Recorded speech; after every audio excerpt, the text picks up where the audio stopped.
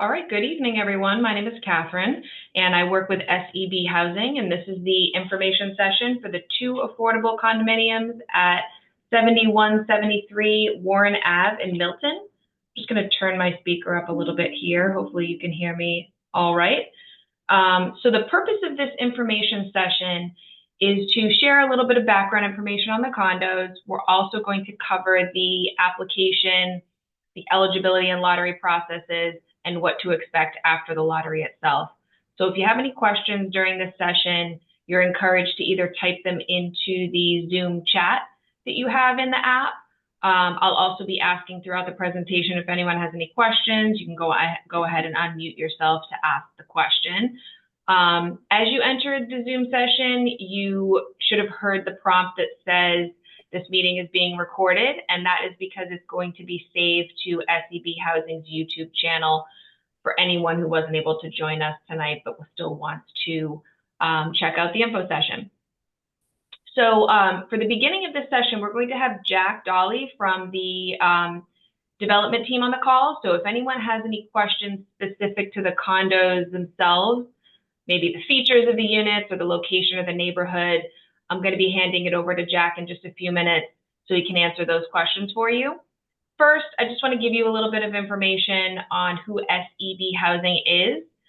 So we are an off-site affordable housing consulting group. So we've been hired by the developer to market the affordable condos, conduct this information session, collect and review applications to determine an applicant's eligibility for the affordable housing program.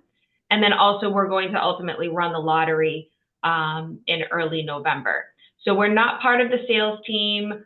We haven't seen the home in person, but for the initial phases of this process, we're going to be your main contact rather than the sales team. Further along in the process, if you're one of the top households on the waiting list, you will have more direct contact with the owner as you move through the process. So there's kind of two broad steps in the process. The first is applying for the affordable housing program, so submitting your lottery application. During that time, you'll be in touch with SEB Housing. We can answer any questions you have on the affordable housing program. We'll do a preliminary review of your application. If you're eligible for the lottery, we will enter you into the lottery and you'll be given a position on the waiting list following that lottery drawing. And then the second steps in the process involve actually reserving and buying one of the condos. So your opportunity to do that will depend on your waiting list placement following that lottery drawing. So a lot of the information I'm going to be going over tonight is in the information packet. And if you haven't already, you're going to want to go to SEB Housing's webpage, sebhousing.com. If you click on affordable housing opportunities and select I want to buy, you're going to see that there is a page specific to 7173 Warren Avenue. That page has a downloadable version of the lottery application, a template of the sample deed rider, which I'll be talking about in a little while. And that document will be finalized closer to closing. And then also a copy of the information packet is saved in there as a PDF. And like I said, the information packet contains most of the information I'm going to be covering during this session. So even if you have joined the session tonight, we do recommend that you take a look at that information packet if you're interested in this opportunity. If you choose to apply, if you choose to submit one of the lottery applications, you can do so in one of several ways. You can email it to us at info@sebhousing.com. You can fax it to us. The fax number is listed on the first page of the application. You can send it by regular mail to our office in Needham. There's also a drop box in our office, and all of that information is on the first page for you. Whichever one of those options works best for you. We just encourage you to get your lottery application in early. It is fairly brief. Shouldn't take you too long to fill out because at this early stage in the process, we're not requiring supporting income documentation. So all of that would come later. You're just filling out the lottery application and self-certifying, just kind of writing down what you estimate your income is, your asset balances, all that sort of thing. And but you do need to submit a mortgage pre-approval with your application. So I'll talk about that a little bit more later on. The only other document that is required with your lottery application for this lottery is the mortgage pre-approval. So applications themselves are due on October 18th, and they must be delivered or postmarked by that date in order to be considered in this lottery. You do not need to be a resident of Milton to apply. However, households who qualify for local preference, which I'll talk about a little bit later as well, are going to have priority on the waiting list for the 3-bedroom condo. That shouldn't deter anyone from applying that does not already live or work in Milton, because like I said, it's only for 1 unit, and the local preference is only for 1 unit. And we don't know how many people that already live in Milton are going to apply. So that may not be a deciding factor in who is at the top of the waiting list. All right, so with that, I want to turn it over to Jack. If anyone has any questions, this would be a good opportunity for you to ask anything that's specific to the condos themselves, the layout, the features, the neighborhood, that sort of thing. You want me to jump in, Catherine? Sure. I'll switch my... Good evening, everyone. My name is Jack Dawley. I'm the owner of the building. You should know a little bit about me. I run a company called Northland Residential Corporation. We are a housing developer in Massachusetts. I develop housing anywhere in Massachusetts, Southern New Hampshire, Rhode Island, Connecticut, Maine. I've been doing it for since May 20th, 1985. So it's something like 39 years. As part of my work, we are often obligated to create what I like to call is inclusionary housing units. Catherine's referred to that as an affordable housing unit or residence. So we in this instance, to fulfill the requirement imposed by the town of Belmont on a project they did elsewhere in town, I was required to locate existing 2-family homes in Milton that were preferably closer to services than the development that I was doing. I mean, services being schools, shopping, access to public transportation, and the like. So this 7173 Warren Ave represents the third of my obligation. I've done 2 prior to this, one on Brush Hill Road, one on Fairbanks. Catherine and her colleagues at SEB have handled the regulatory side of each of those as well. So we purchased this home sometime earlier this year. It is a 2-family, and as the picture that you can kind of see behind the description that Catherine has up, there are actually 2 entrances to this. Think of it as a townhouse kind of a style setup in a way, in that there's the door on the left that you can vaguely see in this picture that enters, and I don't remember whether it's 73 or 71, but it enters one of the 2 and takes you upstairs to a unit that exists on the 2nd and 3rd floor. That is the 4-bedroom unit. To the right of the entry door that you can see here is a second door that brings you into the 3-bedroom unit that occupies the entire 1st floor. There is a full basement under this entire structure that will be accessible and usable by both owners of the building. And there is I would say, stall and a half garage in the rear that is going to be assigned to one of the 2 units uniquely, and the other unit will have dedicated driveway, surface parking, and a driveway off street. A little bit about the house. The house was owner occupied for a long time. The owners bought it, renovated the entire house, renovated the 2nd and 3rd floors for their personal use, and rented out the 1st floor as a rental unit.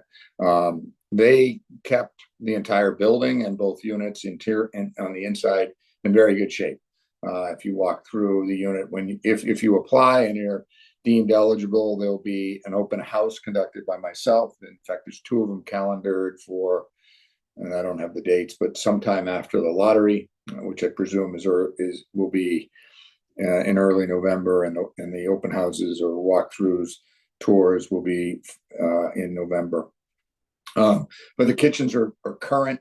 The appliances in the kitchens are current. The bathrooms in both units are very current. Electrical system, heating system, both units are air conditioned. Both units are separately metered from the perspective of electric, gas, and water. There will be a condominium fee because this is going to be a condominium form of ownership. Even though you're going to own your unit, there'll be a small condominium fee to pay for, let's say, mowing the grass out front, taking care of the yard in the rear, salting away some capital or money for long-term repairs. Let's say the roof needed to be repaired or something like that, that you accumulate a small, over time, a small chunk of money to that end. I will also be seeding, SEEDING, meaning I will be pre-funding the condominium association with a sum of operating capital, so that when the two owners, eligible and owners, take occupancy, there'll be a small balance in the condominium bank account to help get the project, get the condo, get the two residents off the ground. Warren Ave is a nice quiet street. I don't know what you want to say, close to downtown, because Milton in some regards doesn't have a downtown. But on the eastern end of Milton, there's an elementary school literally walking distance away. Their access to public transit is also reasonably close walking distance. Shopping is in Milton a little scarce as it is, so I can't say that there's a Market Basket around the corner or a Starbucks around the corner, because Milton just doesn't have a lot of that. We have worked with the state, what is called the Executive Office of Housing and Livable Communities, and the Milton Housing Trust, to evaluate this unit for the purpose that we're presenting you today, and ensure that it qualifies, ensures that it is in sufficient condition, physical condition, interiorly and exteriorly, for the intended use and for the intended occupants. Both EOHLC, Executive Office of Housing and Livable Communities, and the Milton Housing Trust have toured the property and signed off on it for the intended purpose, and have generated with me a work list of things to be done prior to the conveyance of the units to respective owners. From repainting portions of the outside or inside, to re-smoke detectoring it, to installing air conditioning on the first floor where it presently isn't, to replacing the hot water heater in one of the two units that's 8 years old. Hot water heaters typically have about a 10-year lifespan. Warranties are usually 7 years. So they've asked us, for example, to make that a current unit, and a number, probably a list that's about dozen items long, which we're presently working on. So if and when you tour the house, all that work will be in place, and if and when you are the winner of the process, and conduct what we call a pre-closing walkthrough, you'll have the opportunity to ensure that it's at a standard. We will warranty the units for a year, from this heating system, the water system, the electric system, the roof, things like that. We'll provide a 1 year warranty, customer service sort of package. So that's a little bit about the unit. Having done not as many as Catherine and her colleagues, but I've done a lot of these info sessions, tours, lottery processes. The one thing that I would advise anyone who has a strong interest, and a moment ago there were 7 or 8 of you on the list, get your paperwork in order if you're serious. The biggest reason why applicants don't make it through the end of the process is failure to submit the papers completed in full, on time. And when Catherine says we need more, get her more if you want to own it. Particularly if you win, and you need to then go out and get a mortgage from a local bank, we'll certainly help you on our side. That's our job. But I will say the burden's on the buyer to make sure they have, all their act together. I can't say it any more plainly, and I don't mean to be offensive, but I've seen too many, really well qualified, perfect candidates to move into, these units or other units I've created on the rental side or the for sale side fall by the wayside, simply because they can't or won't tolerate the unending requests of I need another piece of paper.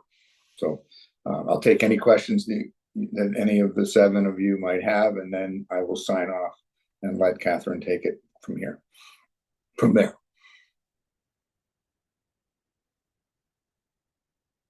If you don't know how to raise your hand in Zoom, just say something, just yell. Yep, just feel free to unmute yourself if you guys have any questions on the property.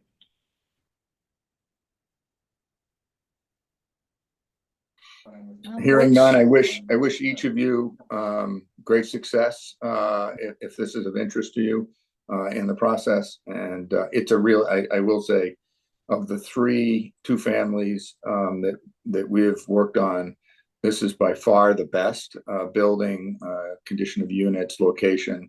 Well, I would say Fairbanks Road was a really good location too. But this is a really nice house and a really nice location. So it's a nice, it would provide a nice home for a family going forward if it meets your needs and such. So I wish everyone. I think you had one question here from Jennifer. Jennifer, were you unmuting yourself? Yes. Can you hear me? Yep. Yep. Yeah. So can you remind me again, which of the 2 units has a preference towards Milton residents? Yes. Let me bring Jennifer, I think it's the 4-bedroom one.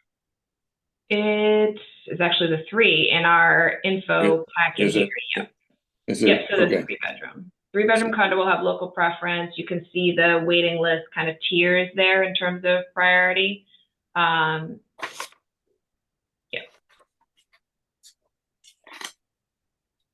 And again, that doesn't mean that it's necessarily going to be sold to a household who has local preference, because we don't know how many people will be applying, if any, that already live within the town. Any other questions for Jack? Jennifer, are you a local resident? Yes.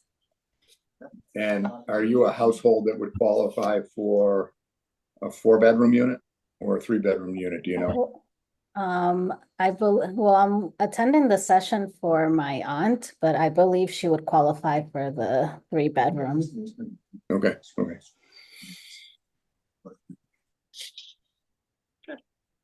Anyone else? All right. Well, I'll hearing no other questions, and if you have questions, feed them to Catherine. She and I and my administrative assistant Marissa, speak as often or as frequently or as necessary.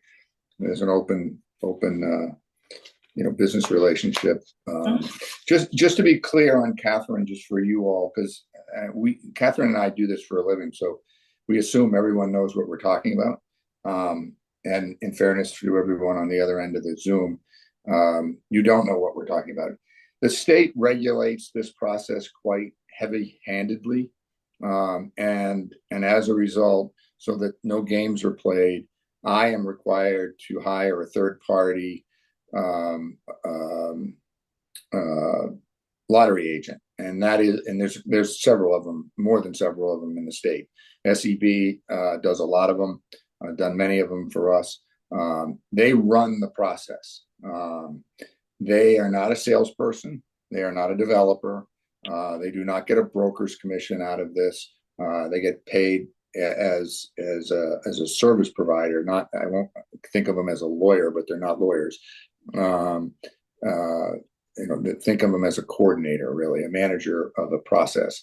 Um, there is not a sales agent involved. I don't have a sales agent that is going to, get a commission or anything like that. When you come to the open house, you most likely will meet either Marissa or I or both of us, and not Catherine. Um, so just to make sure you guys are all clear on sort of the roles here. Catherine and her colleagues there's a strict formula or recipe or whatever you want to call it at the state level, A, B, C, D, E, F, and G that all have to be followed. And she manages the process independently, specific, for particular purpose, very independently, so that, I can't thumb the scale and put my daughter in the unit or Catherine's daughter, so that it's a completely open and transparent process and an arm's length relationship. So this maybe you don't need to know that, but if that helps, I said it. So good luck, good night. Ask a lot of questions, and we'll try to hopefully see you in November. Great, thanks, Jack. See ya. Good luck. Bye-bye. Good night. Bye. All right. So we've kind of already talked about this, but since these two condos are going to be sold at an affordable price, they're only going to be made available to households who qualify for the affordable housing program. And one of those eligibility criteria is that your household must be at or below 80% of the area median income. And the area median income is set by the Federal Housing and Urban Development. They set it every spring for every county, basically, in the United States. So the Boston area is where Milton falls, and that's the area median income that we're looking at when we're determining eligibility. So the affordable sales prices, as you can see here, for the 3-bedroom condo is $335,600. The condo fee per month is $220. The affordable sales price for the 4-bedroom condo is on your screen as well, $362,400, with a slightly higher condo fee. So these, I'm sure any of you who are looking for homes right now, these prices are significantly below what a market rate condo would be selling for in Milton. There's not many of them right now that are on sale in town, but the ones that I did see are between, about 600 and 800,000. If you're looking at a market rate condo in Milton. So let me just see here. I'm just gonna mute you. Okay. So since these are affordable homes, they're also going to have what's called a deed rider. I alluded to that a little bit earlier too, filed along with the deed at the time of purchase. So that ensures that this home is both of these condos are going to remain affordable in the future, even if the owner eventually chooses to sell it. So just to give you kind of an idea of what the deed rider in part lists, it limits the amount for which you can eventually resell the property. So this opportunity isn't going to be for you if you're looking to buy and flip the condo in a year or two. It doesn't mean you won't be able to eventually sell the property for more than what you paid for it. It just needs to be resold to another affordable buyer in the future. So another thing that the deed rider is going to say is that this must be your primary residence. So you can't rent it out as an investment property like an Airbnb or a Vrbo or something like that. The deed rider also says that if you'd like to make capital improvements or refinance the home, you would need the Executive Office of Housing and Livable Communities, the state agency that Jack just mentioned, to approve any refinancing or improvements. These are, fully renovated homes. Major improvements shouldn't be necessary for many years, but just want to make sure you understand that when you're taking a look at the deed rider that will be filed with these property. So I mentioned too that the mortgage pre-approval is required to be submitted along with your lottery application. So we suggest after you review the information packet, you rip out or just bring the information packet with you to the bank when you are looking for to get your mortgage pre-approval. And that's because page 8 of the information packet lists the mortgage pre-approval standards for this housing opportunity. You want to be sure that the mortgage product that the bank is offering you is going to meet the necessary standards of the Affordable Housing Program.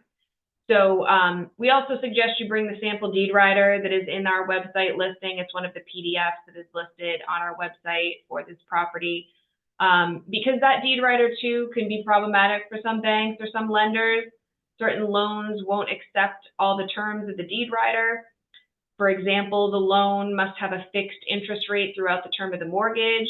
It also can't be a FHA or a VA loan, since those types of loans don't accept the deed restriction of the Affordable Housing Program. So you don't want to be in a situation where you're granted a mortgage pre-approval, but the bank wasn't really sure about these restrictions for the Affordable Housing Program. We don't want them to back out at the time that you're looking to actually close on the property for obvious reasons. Along those same lines, we always like to mention, in our experience, it's been very difficult for applicants to successfully close with a Bank of America loan. We recommend that you don't go with Bank of America for your pre-approval or your mortgage, because it just seems like their mortgage products likely aren't suited for the affordable homes. But with that said, you are able to select any lender or bank that you would like. We just strongly suggest that you choose a lender who has experience with the Affordable Housing Program. So we do recommend you take a look at, there's a link on page 8 of the information packet as well that's going to direct you to the Mass Housing Partnerships website. They're a nonprofit, and they're a great resource to help you find lenders who are familiar with affordable housing. If you go on their website to that link that we list in that information packet, there's a lot of banks and a lot of lenders that you could reach out to that they have listed there. So the mortgage pre-approvals also state, or the mortgage pre-approval standards, I should say, also state that you must provide a down payment of at least 3% of the purchase price. So half of that 3%, so 1.5% of the purchase price, needs to come from your own funds. If you have, some sort of a grant from an agency or whatever, that's fine. It just can't be for more than 1.5% of your purchase price. So that being said, your mortgage can be up to 97% of the purchase price. So for eligibility purposes, there's 4 main eligibility requirements for the Affordable Housing Program. These are listed on the information packet. The first is that every member in the household must qualify, as a first-time home buyer. So that definition has a few exceptions that I'll be discussing in just a few minutes. Even if someone in your household qualifies for one of the exceptions that I'm going to mention, the person would still need to have sold their home before closing on an affordable condo at Warren Ave. So anyone who owns a home right now, you're listed on the deed, you would need to be off of that deed before you are able to purchase one of these homes. The second eligibility criteria we talked about a little bit already. Households need to have income and assets below the maximum allowable income and asset limits. Talk a lot more about that in just a few minutes. Households or applicants also need to be pre-approved for the mortgage, which we've talked about. And Jack alluded to this as well, but you can't have financial interest in the development or be what's called a related party. So if you work for the developer or you're related to them in some way, you won't be eligible for this lottery. Just to circle back on that first-time home buyer eligibility criteria. So you and anybody in your household is considered a first-time home buyer if you haven't, within the last 3 years, owned a home. So that includes through joint ownership. So if you owned with a spouse or a partner, you were still considered to have owned that home because you were listed on the deed. There's 5 exceptions to the first-time homebuyer rule. They're all listed in the information packet, but the 3 that I like to highlight because they come up most often. The first is someone that's referred to as a displaced homemaker. So that's someone who hasn't worked outside of the home for years because they're caring for children in the home, they're caring for the upkeep of the home. They've owned a home with their partner or spouse, but they're no longer owning that home because of due to a recent legal separation or divorce. So they're no longer on the home deed. That's one exception to that first-time homebuyer rule. A second exception to the first-time homebuyer rule is a single parent with at least joint custody of one or more children, or someone who's pregnant and has been displaced and is looking for a new home. The third exception that I'm going to mention here is an age-qualified household. So that applies to a household member who is 55 years or older, and that person is selling or has sold their home recently in order to purchase an affordable property. So again, if you qualify for, or anybody in your household qualifies for one of those exceptions to the first-time homebuyer rule, you or that person in your household would still need to be off of the deed before you're able to buy a condo at Warren Ave. So that might mean, that if you're going through a divorce right now, for example, it would need to be finalized and you'd need to be no longer listed on the deed in order to qualify. So I mentioned that these affordable homes are only going to be made available to households who have a total annual income of at or below 80% of the area median income. Those amounts are listed on your screen right now. The 80% of area median income is by household size. So you'll see 80% of the area median income for a one-person household in the Boston area or Milton area is $91,200. So although you won't be required to submit verification of your income when you submit your lottery application and mortgage pre-approval, I do still want to go over a little bit about how we calculate your income and how we figure whether or not your household qualifies for this eligibility criteria being under this 80% threshold. So if you are found to be eligible for the lottery, you'll get an email from SCB Housing that will say, here's your lottery application number. It's also going to have an attachment or a link to what's called a documentation requirements guide.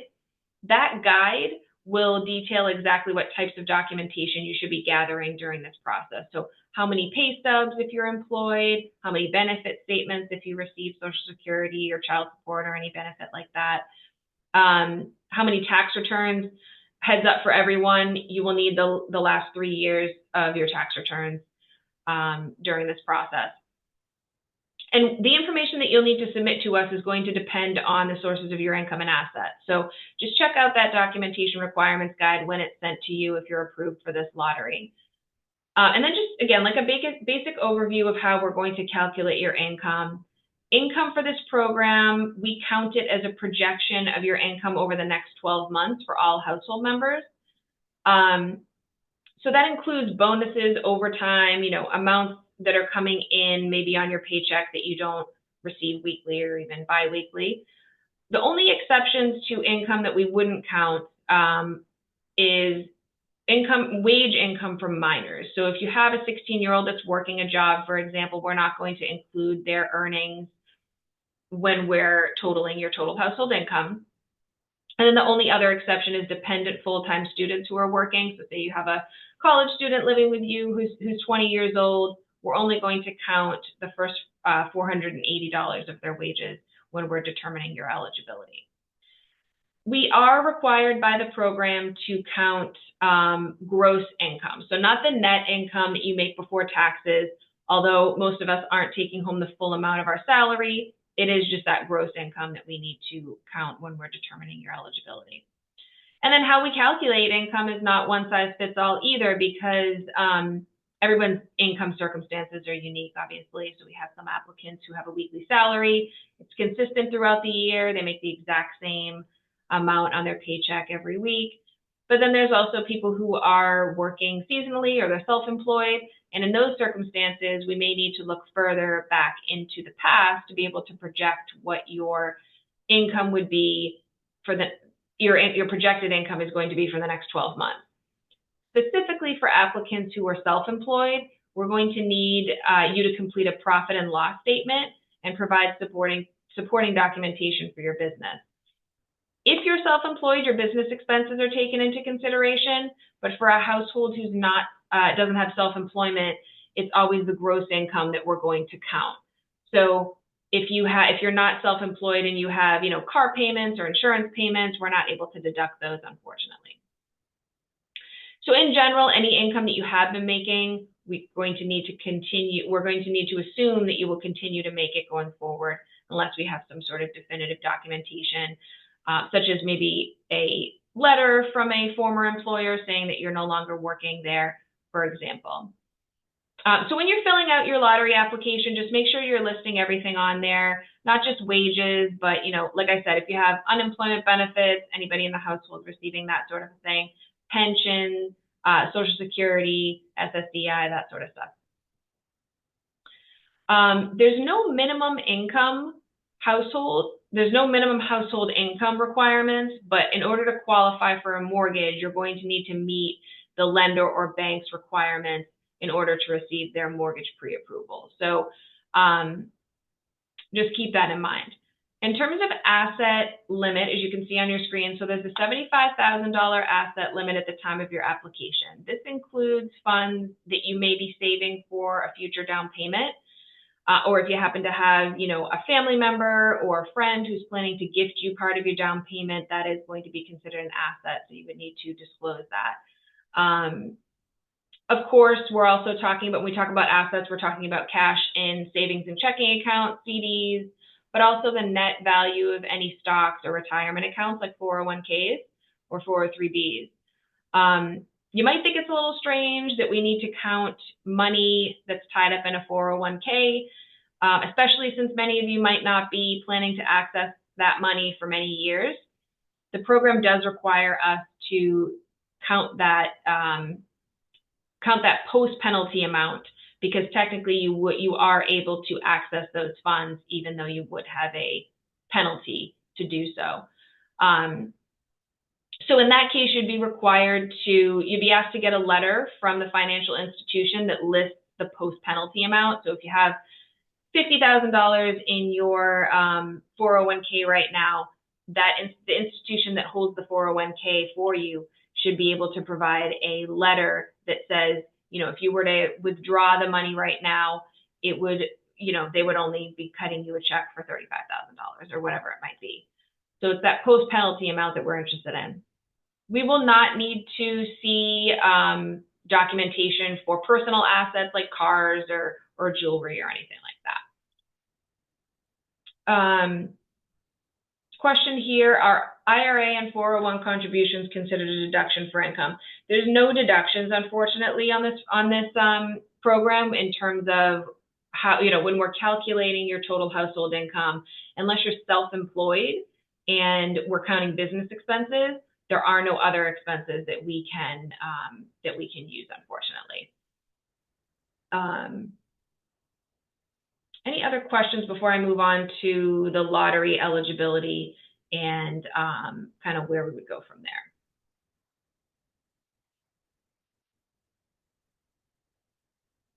All right, so as I mentioned earlier, if you're interested, we encourage you to apply as early as possible just to get the process started. Once your application comes into us, we're going to review it, contact you if any information appears missing or the mortgage pre-approval was missing. You'll have a chance to resubmit. If you're found eligible for the lottery, you'll be sent a lottery application number by email in the form of a series of numbers. So if you were the very first person to apply for and be found eligible for this lottery, your number might be A.001. That's the number that's going to be drawn in the lottery. It's not a ranking of any sort at this point. It's just meant to be an anonymous identifier, so we're not calling your name during the lottery. In that email that's sent to you with your lottery application number, we're also going to confirm whether or not your household reported that they qualified for local preference.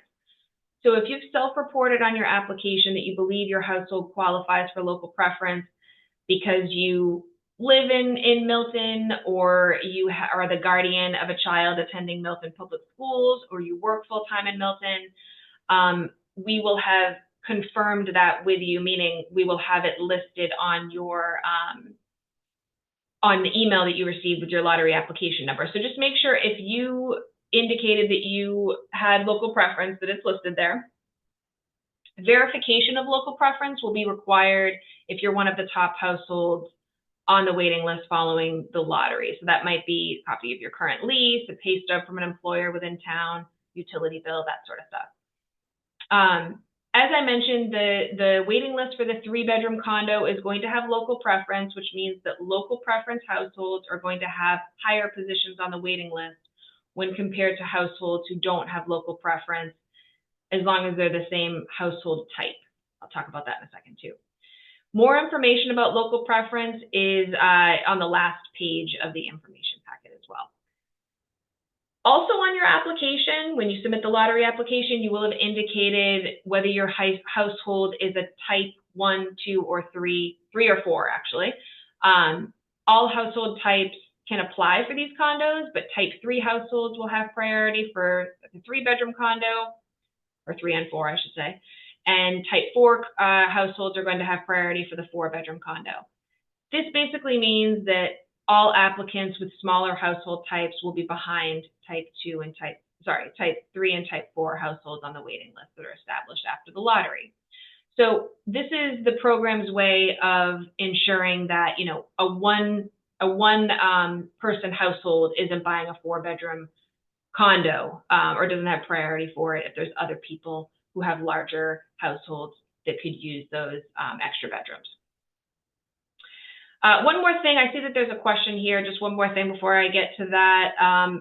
We always have questions on the tax rate and the annual taxes on a home ownership property. So the current tax rate in Milton is $10.92 per thousand, and that would place the estimated annual taxes for the 3-bedroom unit at $3,600 a year and $3,900 a year for the 4-bedroom condo. Those are estimates. It's right around there for now. The amounts fluctuate annually for the most part. Are all the people on the application supposed to qualify for the mortgage together? Good question. So any adult who's going to be living in the unit, you can put them on the mortgage approval with you. I believe if you're husband and wife, you need to qualify together. SCB Housing is going to be determining your eligibility for the program based on all household income.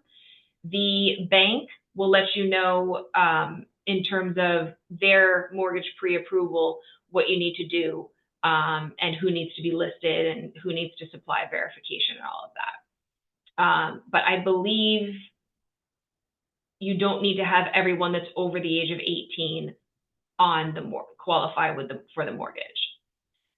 So the lottery application deadline is October 18th, so actually a month from today. And the lottery itself is going to be held virtually, much in the same format as this info session, on November 4th at 6 p.m. So it's going to be held via Zoom. Numbers will either be drawn from a box and held up to the screen, or we will do the lottery virtually, or not virtually, but electronically. So we will generate the numbers in a random order. One of those two ways, depending on how many applicants we have. Shortly after the lottery, the waiting lists will be sorted and sent to all lottery applicants. So you can see the waiting list. Usually the night of the lottery, we're able to send them out to you. And that's after we've sorted all of the different preferences that we mentioned. So household type, local preference, that needs to come into consideration. During the lottery itself, every lottery number is drawn. So sometimes when you think of lotteries, you think, okay, there's 2 condos, they're going to pull 2 numbers, and that's going to be it. But that's not how these types of lotteries are run, because the lottery itself is just one step in the process for us. So it's held in order for us to establish the waiting list for these condos. So it creates an order of priority for us. If you're watching on the night of the lottery, you're not going to know if you're number 1 in line for the number 1 on the waiting list for the 3-bedroom condo and the 4-bedroom condo. And that's because we're pulling all the numbers, and they're all mixed in with one another in terms of, you don't know if A.001 applied for only the 4-bedroom or only the 3-bedroom. We still need to sort the results. So if you attend during the lottery, I just don't want anyone to be disappointed, because you're not going to know a whole lot other than your number was drawn. But within just a few hours, you'll have the results and know a lot more after we do that sorting.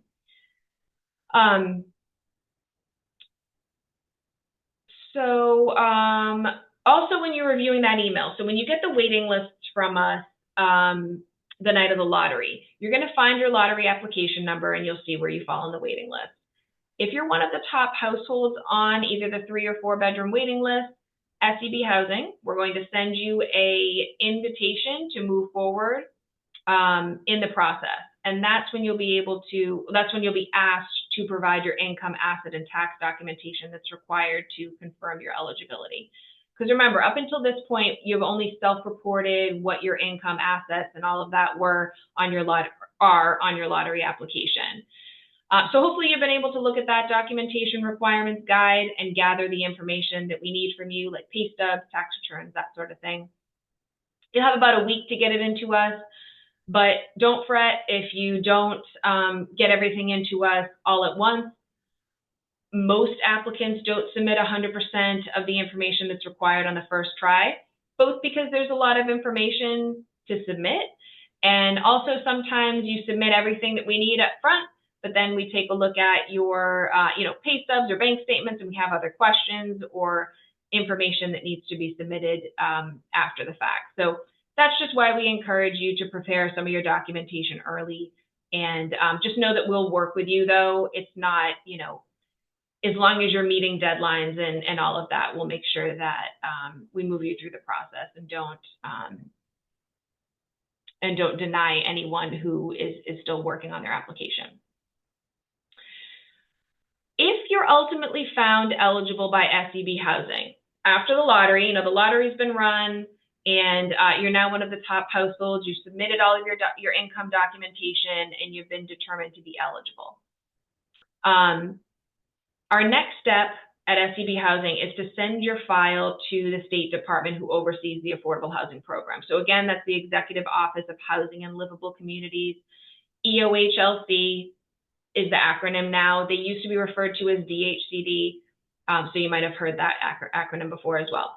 They're going to do a file review to give us the green light on whether or not you're eligible to move forward. And then once the state has approved your application, the process becomes a lot more similar to if you were purchasing a market rate home. This is the point in the process where you've been approved by SEB Housing, you've been approved by the state. I want to mention that if you decide to hire an attorney to assist you in navigating through the home buying process, that's perfectly fine. We encourage you to do that. It's a huge decision, obviously, for anyone to be purchasing a home. So we just want to make sure that you understand the process and you're well represented. If you would like to do that, you can. So once the state has approved your application, we'll put you in touch with the owner. And at that point, you'll be able to tour the unit. There is an open house that Jack mentioned that will be I believe it's November 14th he had it scheduled for. So it's after the lottery itself. You'll probably be gathering your income documentation by that point. You'll be able to tour the condo. If you're still interested in the property, once you get to that point, you would complete a reservation agreement in order to reserve the home. At that point, a $500 refundable deposit is required. And after you reserve the home, you'll have about 10 business days to sign the purchase and sale agreement. So you'll hear it referred to sometimes as P&S. At that point, you need to place the required deposit of 1.5% of the sales price minus that $500 the $500 reservation deposit that you had just placed for reserving the property. Once the P&S agreement is signed, it's going to include certain agreed upon contingencies and a closing date. Signing that P&S is one of the final steps in the home buying process. So almost done at this point. Once you've signed that P&S, you'll need to go back to the bank or the lender who issued your mortgage pre-approval and obtain what's called a mortgage commitment from them. The process varies a little bit depending on the bank, but generally they're going to ask to review all of your documentation up until this point. So the purchase and sale agreement, the deed rider, they're going to appraise the condo and all of that.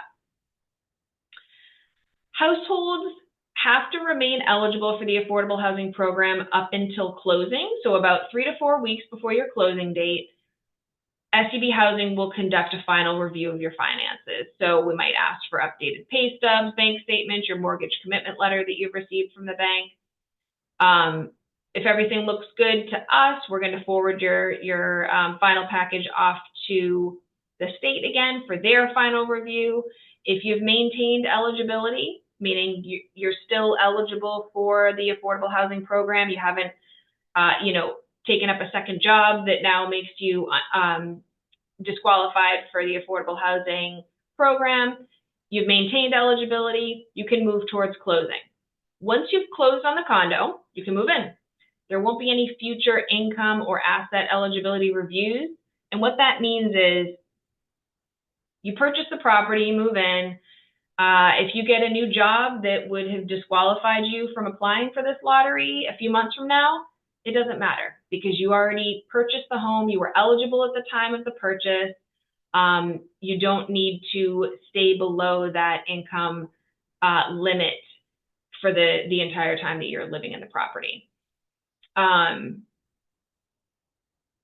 questions that weren't touched on? That about covers everything I wanted to get to that was from the information packet. And again, if you haven't already, go to info or go to our website, scbhousing.com. That's where you're going to find this lottery application. You'll find the information packet and the sample deed rider that I mentioned. So I'll stick around for a minute in case there's any other questions. You can either type them into the chat or unmute yourself. And as a reminder, that application deadline is a month from today if you're interested in this lottery.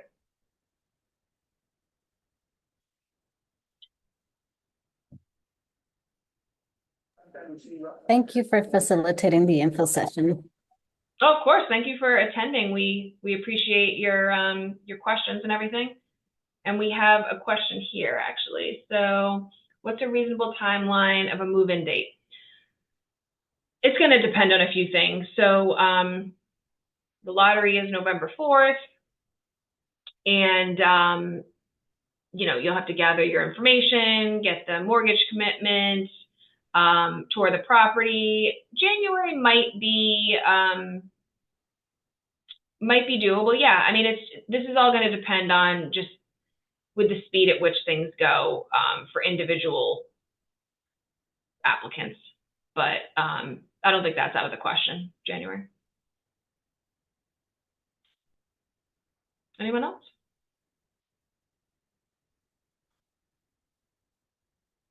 All right, thank you again so much for attending. Any questions that come up for you, either when you're reviewing the lottery application or just something that you thought of after the session, you can email us at info@scbhousing.com, and that's usually the easiest way to get in touch with us, but we also have that phone number there as well. Would it be possible to get a recording of this info session?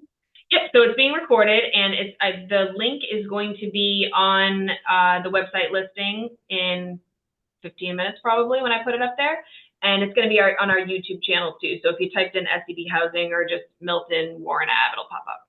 Yep. Okay, thank you. Yep, no problem. Thank you again. Have a good night.